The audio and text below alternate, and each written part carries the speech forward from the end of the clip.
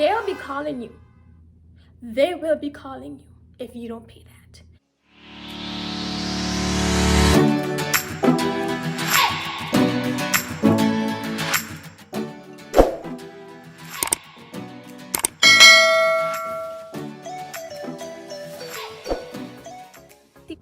What's up you guys, and welcome back to my channel because I'm Brittany, and in my last video I did a question and answer / get to know me tag, so if you haven't seen it, go check it out. And in today's video I'm going to be doing a life after college, just 5 tips I think you should know once you're entering that stage of graduating or already have graduated. So once you start your junior year, I highly recommend that you start looking into internships and get as many internships as you can on your resume, because it will help you in the long run, because jobs, they do look at that. So go to your academic counselor, sit down with them, see what works for you and what fits you.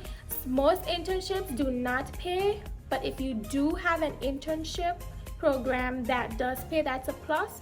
But I know there are some schools out there, if the internship doesn't pay, the school pays you. It may not be much, but at least it's something just for your time for working full-time hours. Another thing is credit. Credit plays a significant role in your adult life. I can only speak for persons living in the US. I'm not 100% sure about other places, but I'm speaking solely for persons in the US. Credit plays a vital role. You can be the richest person in the world, and if you have bad credit, that money don't mean nothing. So when you have credit, it just allows companies and loan providers know that, hey, okay, this person, they're good at paying back. It's typically just that. When I moved to the US, I did not have any credit. There was no form of credit line established for me because I never lived in the US. When I moved to attend school, I opened up a bank account and I applied for a credit card. And I do not believe in credit cards. My motto is, if I don't have it, I don't need it. Period. That's typically it. If I don't have it, I don't need it. People assume that if you have a credit card, I have money. No, you still have to pay it back. If you don't pay it back full by the end of the month, that's when interest accumulates. So when you have a person say that they're in so much credit debt, and the type of credit cards that they have is just ridiculous. So if you honestly don't need it, don't apply for a credit card. It just doesn't make sense.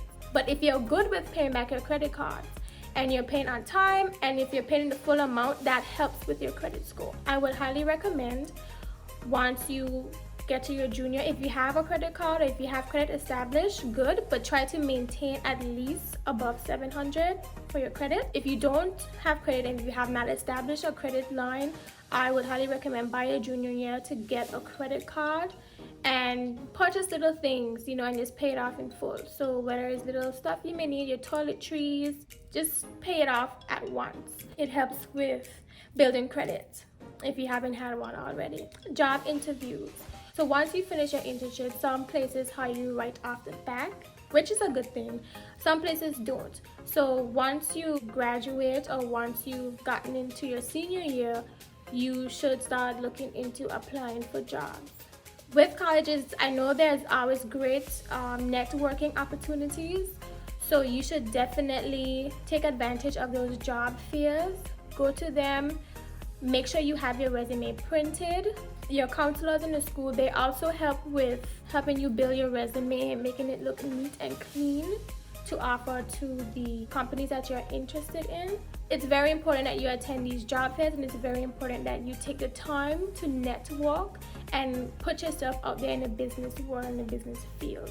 It's always good to be prepared. Make sure you're well groomed, you're dressed appropriately, and you're very neat.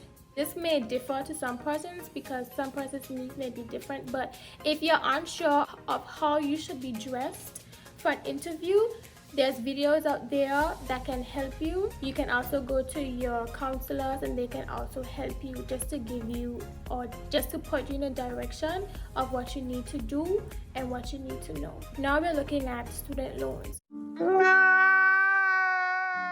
Once you're in the US and you start college, you apply for student assistance, which is called FAFSA.